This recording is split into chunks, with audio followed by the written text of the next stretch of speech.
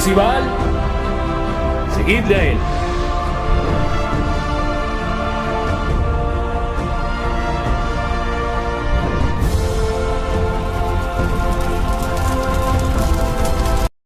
El motivo del cambio climático no es el que está proclamando el Papa y los gobiernos del mundo.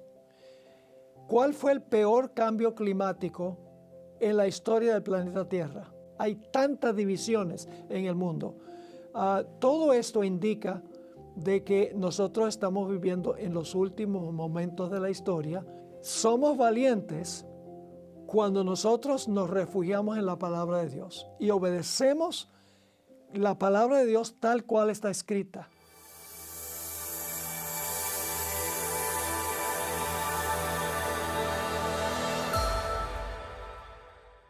El pastor Esteban Bor es conocido internacionalmente, tanto en inglés como en español, y dirige el ministerio Secrets Unsealed. Ustedes pueden encontrarlo como aplicación como Zoom TV, ¿es así? Es correcto. TV.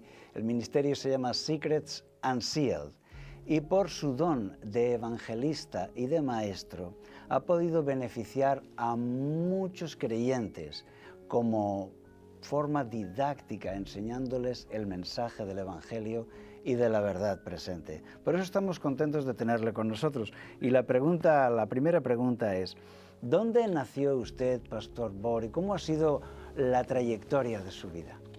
Bueno, es un poco largo, pero vamos a ver cómo nos va. Yo nací en el estado de Wisconsin, en un estado que queda bien al norte de Estados Unidos, limítrofe con el país de Canadá. A los 4 años mis padres fueron como misioneros a Colombia, 1 año primero, y después a Venezuela. Yo viví en Colombia y Venezuela desde los 4 hasta los 14 años. Por eso fue que aprendí bien el español. No solamente soy bilingüe, sino bicultural. Me siento igual de cómodo en la cultura gringa y en la cultura hispana. A los 14 años yo no sabía leer ni escribir inglés. Hablaba inglés con mis padres en la casa. Así que ellos decidieron mandarme a Wisconsin, a una academia adventista, y ahí pasé 4 años terminando mi escuela secundaria. Luego, después de eso, regresé a Colombia, a donde estudié teología por 3 años. Regresé a los Estados Unidos después de casarme en Colombia con una hermana colombiana. Regresamos otra vez a los Estados Unidos, donde terminé mi licenciatura y terminé 2 maestrías. Después de eso, pastoreé por unos meses y luego fui a Colombia para enseñar teología en la Universidad Adventista de Colombia por 6 años. Después de eso, mi experiencia fue pastorear una iglesia en el estado de Wyoming, en los Estados Unidos, 2 años y medio. Después de eso fue director de jóvenes y conquistadores en la Asociación de New Jersey, en el este de los Estados Unidos. Después de eso estuve en Texas, donde era secretario ministerial y evangelista de la Asociación de Texaco. Y luego, después de eso, fuimos a California, a donde pastoreé la iglesia central de Fresno, donde pasé un periodo de 20 años como pastor de esa iglesia. Luego me jubilé y ahora soy presidente del ministerio Secrets Unsealed. En español le decimos Secretos Revelados. Así que ahí tiene, abuelo de pájaro, la historia de la trayectoria. Muy bien. Con mucha bendición del cielo, por lo que veo. Amén. Pastor, ¿cuáles han sido sus mayores satisfacciones? Mis mayores satisfacciones han sido, lógicamente, alcanzar almas para el Señor. Y en segundo lugar, y creo que aún más importante según los dones que Dios me ha dado, es consolidar, fortalecer a los miembros en el mensaje adventista, el mensaje de la verdad presente. Mi mayor satisfacción es cuando yo viajo, que venga una persona y diga, pastor, yo acepté el mensaje adventista a través de su programa de televisión o en YouTube o cualquier red social. Personas me dicen, aquí mismo anoche, varios dijeron, pastor, nosotros conocimos el mensaje adventista a través del ministerio que ustedes tienen. Eso me da gran satisfacción porque demuestra que lo que nosotros estamos haciendo está produciendo un gran resultado. Almas para Cristo, fortalecidas por la verdad para este tiempo. Y para usted, dentro del mensaje de la Biblia, ¿qué importancia tienen las profecías, el mensaje profético? Bueno, la Iglesia Adventista del Séptimo Día se originó como un movimiento profético. La Biblia dice en el libro de Apocalipsis capítulo 12 y el versículo 17 que el pueblo remanente de Dios al final guarda los mandamientos de Dios, que son los 10 mandamientos, y tiene el testimonio de Jesucristo, que es el don de profecía manifestado a través de la persona de Elena White. También Apocalipsis el capítulo 10 describe el origen de la Iglesia Adventista, el gran chasco de 1844, el librito que se comió Juan, que era dulce en la boca y amargo en el vientre. Eso tiene que ver con el origen profético de la Iglesia Adventista. Nosotros somos un pueblo de origen profético, pero también somos un pueblo cuya misión es proclamar un mensaje profético, el mensaje de los 3 ángeles del libro de Apocalipsis y las otras profecías de la Biblia, las profecías de Daniel también. Si nosotros abandonáramos nuestro mensaje profético, dejaríamos de ser el pueblo remanente, porque nos originamos como pueblo profético y nuestra misión es proclamar los mensajes de los 3 ángeles, que son mensajes proféticos. Muchos piensan que los cristianos hoy debemos predicar básicamente un mensaje devocional, ¿no? Sin denunciar los engaños religiosos que haya hoy a nuestro alrededor, ¿no? ¿Qué piensa usted? ¿Cuál debe ser la misión de un cristiano en el mundo de hoy? Bueno, un mensaje devocional es muy importante, porque un mensaje devocional nos acerca al Señor Jesucristo, ¿verdad? Para que tengamos una relación íntima y personal con Él. Pero no debemos dejar lo otro. Hoy en día hay muy poca profundización en el mensaje.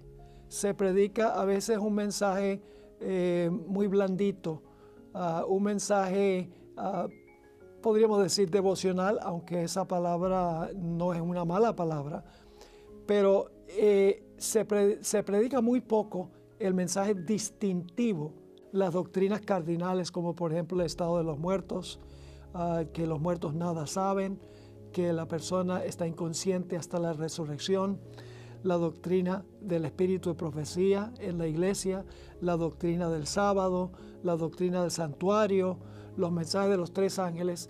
Son mensajes que poco se tocan, porque dice, bueno, eso no es devocional, eso no vincula a la gente con Jesús. Todo depende de la forma como se presenten. Si se presentan desde una perspectiva cristocéntrica, sí ayuda a la gente a tener una relación más íntima y personal con el Señor Jesucristo. Así que el punto clave es que nosotros debemos proclamar el mensaje distintivo de la Iglesia Adventista del Séptimo Día, incluyendo todas las doctrinas que posiblemente sean controversiales para muchas personas. Tenemos noticias que a veces nos sorprenden. ¿Se están cumpliendo los eventos que serían las señales del tiempo, del fin? ¿Cómo interpretar las noticias en este mundo que nos envuelve hoy? Las señales se están precipitando velozmente, se están cumpliendo. Siempre ha habido terremotos, siempre ha habido inundaciones, siempre ha habido tornados, tsunamis, pero eso se ha intensificado. Hay mucho más de eso ahora y mucho más terribles.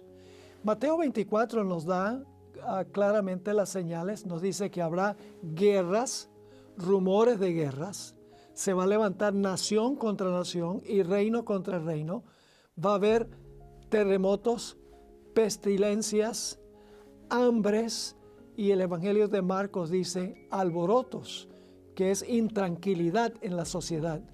Todo eso lo estamos viendo ahora en el mundo. Todo parece estar en el proceso de desmoronarse, de dividirse. Hay tantas divisiones en el mundo. Todo esto indica de que nosotros estamos viviendo en los últimos momentos de la historia y que debemos prepararnos para cosas que van a ser peores en el futuro. Van a intensificarse estas señales hasta el punto de que el planeta va a ser casi inhabitable. La figura del Papa de Roma está ganando popularidad cada vez más. ¿Cómo interpretar estos movimientos que está haciendo el papado en los últimos días? Bueno, el caballito de batalla del Papa ha sido el cambio climático. No cabe duda, según mi opinión, de que hay cambio climático. Sin embargo, el motivo del cambio climático no es el que está proclamando el Papa y los gobiernos del mundo. ¿Cuál fue el peor cambio climático en la historia del planeta Tierra? El diluvio. Pero el diluvio no vino porque estaban usando demasiado aire acondicionado, ni porque estaban usando productos de petróleo.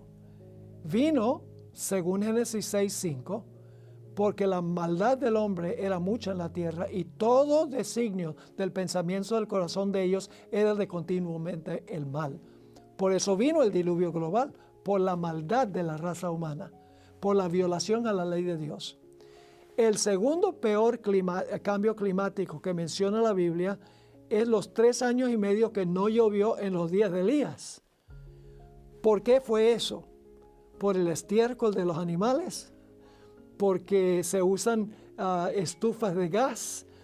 ¿Porque se usan productos de petróleo? ¿Por mucho aire acondicionado? Claro, yo sé que no había aire acondicionado en ese tiempo, pero ese no fue el motivo del cambio climático. Fue nuevamente la maldad del pueblo de Israel, cómo se habían apartado de Dios. Así que uno nunca oye al Papa decir, esposos, ustedes deben ser fieles a su esposa, no cometan adulterio, no sean ladrones, no roben. Uno no oye casi nada sobre eso. Lo que oye es el cambio climático. Ese, según el Papa, es el gran pecado ecológico del mundo de hoy. Mientras que se ignoran otros pecados terribles que hay en el mundo que están causando la debacle que nosotros podemos ver en el mundo. La Biblia tiene profecías claras en cuanto al papado. Yo sé que ustedes han grabado programas sobre esto.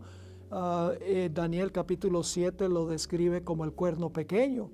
Apocalipsis 13 lo describe como la bestia. No significa que es una bestia, es un símbolo. Y esas profecías apuntan a que el poder papal iba a cobrar fuerza.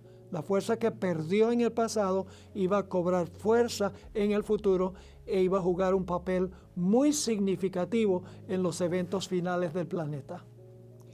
¿Y cuál podría ser el objetivo de ese interés papal por el cambio climático y por la conservación del planeta? ¿Cuál podría ser el verdadero objetivo?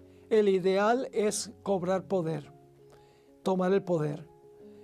Y el papado, la encíclica Laudato Si del Papa, y luego tuvo otra encíclica después de eso.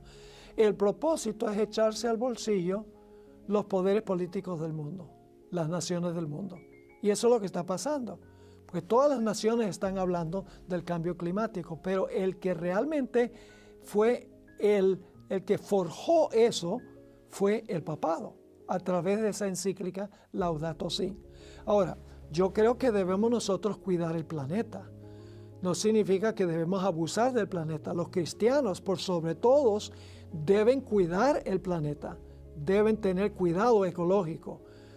Pero hacer eso con el fin de echarse al bolsillo todos los poderes políticos del mundo para luego, a través de ellos, ejercer control mundial, ahí es que está el problema. Se repite nuevamente lo que sucedió en la Torre de Babel, a donde querían establecer un reino unido, una monarquía universal, que usa el espíritu profecía como terminología, para controlar todo lo relacionado con los habitantes del mundo, la economía, la educación, entre otras cosas. Últimamente, el propósito es control global. Y la pasada pandemia de COVID ya nos enseñó que los derechos civiles se pueden perder rápidamente de un día para otro, ¿verdad? Con las condiciones adecuadas. ¿Qué podemos aprender de todo esto que se vivió en la crisis sanitaria del 2020? Bueno, nosotros sabemos que hay un poder detrás del telón que está causando estas cosas. Satanás. Nosotros creemos que Satanás es un personaje real. No es solo un concepto, sino que hay un personaje que se llama Satanás que está detrás del telón de la historia, dirigiendo los eventos de la historia, mientras que Dios está tratando de impedir lo que Él hace. Hay una batalla en el mundo invisible. Y nosotros sabemos que Satanás últimamente tiene el objetivo de ganar control mundial, pero a él no lo pueden ver. Así que él tiene que trabajar a través de instrumentos humanos en el mundo que se ve para controlar lo que está sucediendo en el mundo. ¿Qué nos enseña la pandemia? Esta es mi opinión personal, tomando en cuenta que está ocurriendo algo detrás del telón en el mundo que nosotros no vemos. Yo creo que la pandemia fue el experimento de Satanás para probar cuánto está dispuesto la gente de obedecer al poder civil por miedo. O sea, un experimento de para ver, ¿será que la gente se deja controlar y obedece todo lo que dice el poder civil por miedo? Porque en realidad, ¿por qué la gente, cuando el gobierno dijo, escóndanse o manténganse en su hogar, ¿por qué la mayoría de la gente accedió? Porque tenía miedo de morir de la pandemia. Después de un tiempo, lógicamente, la gente no se dejó controlar. Ya la gente empezó a criticar el asunto, empezó a salir. Pero Satanás intentó probar a ver cuánto la gente se deja controlar por miedo a morir específicamente. Como cristianos, cuando tenemos dificultades o pruebas, nos ponemos tristes, ¿cómo hace usted para animarse? ¿Cómo hace usted para cobrar ánimo y fe? Bueno, el Señor nos da ánimo cada día. La palabra de Dios me da ánimo. La Biblia dice que debemos estar siempre contentos, siempre llenos de gozo, aún en las tribulaciones. Si uno está conectado con Jesús, y nos conectamos con Jesús a través de la palabra de Dios, porque la palabra escrita es un reflejo de Jesús. Nosotros no vamos a permitir que nada que esté sucediendo afuera nos sacuda. Más bien, la oposición nos hace más fuertes. Si no hay oposición, no estamos desarrollando el carácter. Pero si hay oposición, cada vez que resistimos la oposición, nos tornamos más fuertes y tenemos más fuerte determinación de que vamos a ser fieles a Dios. Dice la Biblia que viene una fuerte crisis sobre el mundo. Las palabras de Jesús son crisis como nunca ha habido ni la habrá, ¿no? ¿Qué podemos hacer para tener victoria en esta crisis que viene? Bueno, esa crisis se menciona en Daniel 12:1, un tiempo de angustia cual nunca fue desde que hubo una nación. Eso está hablando de lo que va a suceder después que se cierre la puerta de la gracia. En este momento, los ángeles, según Apocalipsis 7, están reteniendo los 4 vientos. Es decir, Satanás no tiene total control, ni siquiera de los impíos tiene total control, porque Dios impide que Satanás haga ciertas cosas. Pero cuando se cierra la puerta de la gracia, según dice el conflicto de los siglos, habrá una escena en este mundo que la imaginación más fecunda no puede entender hoy. Podemos imaginarnos un mundo a donde Satanás tiene total control sobre los impenitentes. Va a ser una selva. Y la gente dice, el pastor Bohr lo que hace es asustar a la gente diciendo que viene un tiempo terrible de angustia. Pero Juan, el asunto es que Dios nos da estas advertencias para que nos refugiemos en Él. Si no somos fieles ahora en estos tiempos donde la crisis no es tan terrible, entonces cuando venga la crisis terrible no vamos a tener ninguna forma de mantenernos firmes. En este tiempo nosotros debemos ser fieles a Dios en todo. No importa cuál sea la oposición, para que cuando vengan las pruebas grandes podamos resistir cuando venga ese tiempo de angustia. Es como lo dijera el profeta Jeremías: si corriste con los de a pie y te cansaste, ¿cómo vas a correr con los caballos? Jesús dijo, el que es fiel en lo poco, en lo mucho será fiel. Y el que es infiel en lo poco, en lo mucho será infiel. Así que hay que ser fiel en las pruebas pequeñas y entonces tendremos la fuerza para permanecer firmes en las pruebas grandes. Un ejemplo de eso se encuentra en la experiencia de Daniel y sus compañeros. La prueba que tuvieron primero no fue tan terrible, era con respecto a la dieta. Si por algún motivo se veían más flacos que los otros que estaban allí, el que hubiera pagado la cuenta hubiera sido el cocinero, no ellos. Pero ellos fueron fieles a Dios en esa prueba pequeña. Cuando vino la prueba del horno de fuego, los 3 muchachos fueron fieles porque habían sido fieles desde un principio.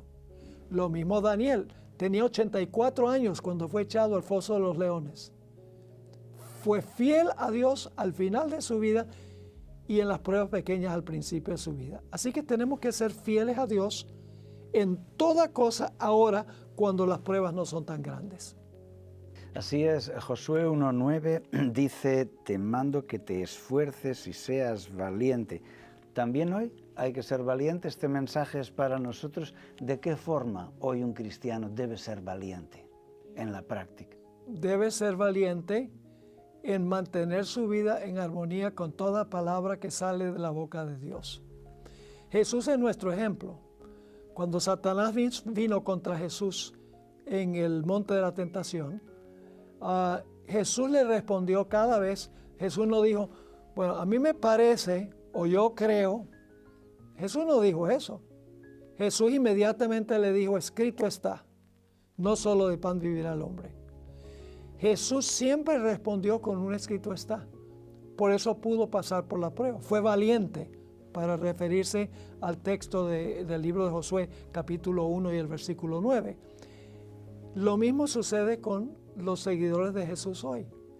Somos valientes cuando nosotros nos refugiamos en la palabra de Dios y obedecemos la palabra de Dios tal cual está escrita, sin permitir que la cultura se infiltre y la cultura determine las decisiones y las acciones que nosotros desempeñamos en este mundo. Importante, porque lo normal es dejarnos llevar por la cultura, ¿verdad?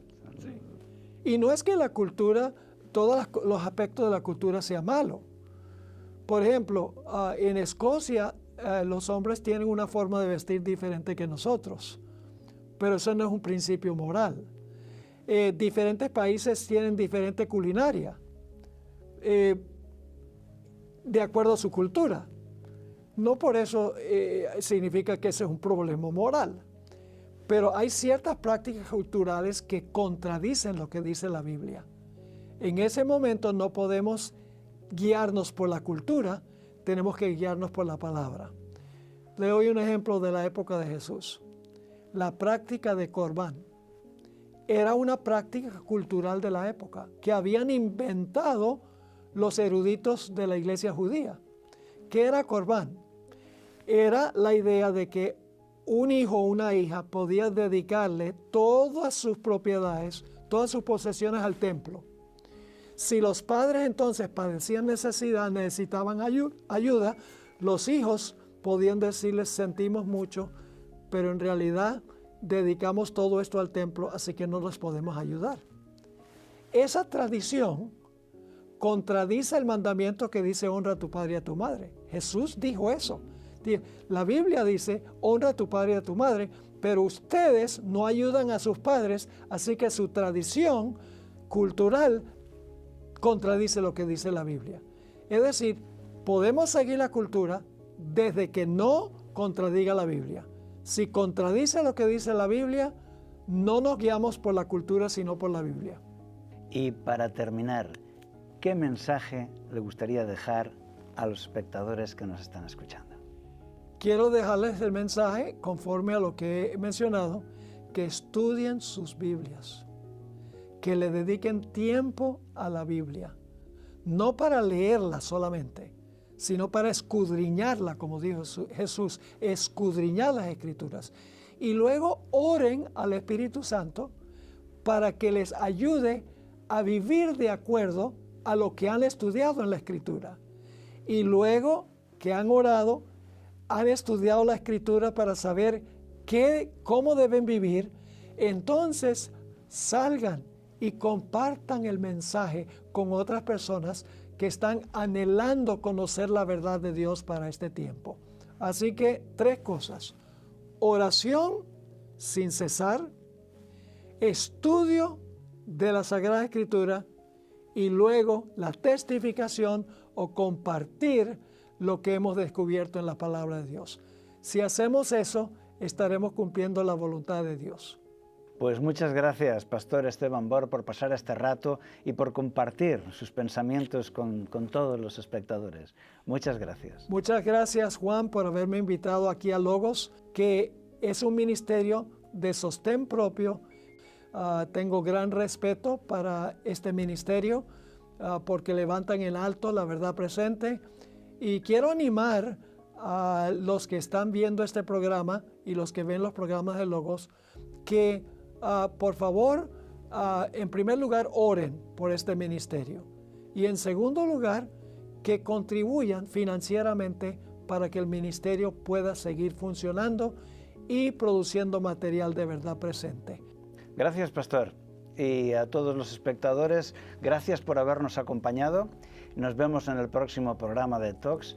Que Dios les bendiga y que su fe se fortalezca.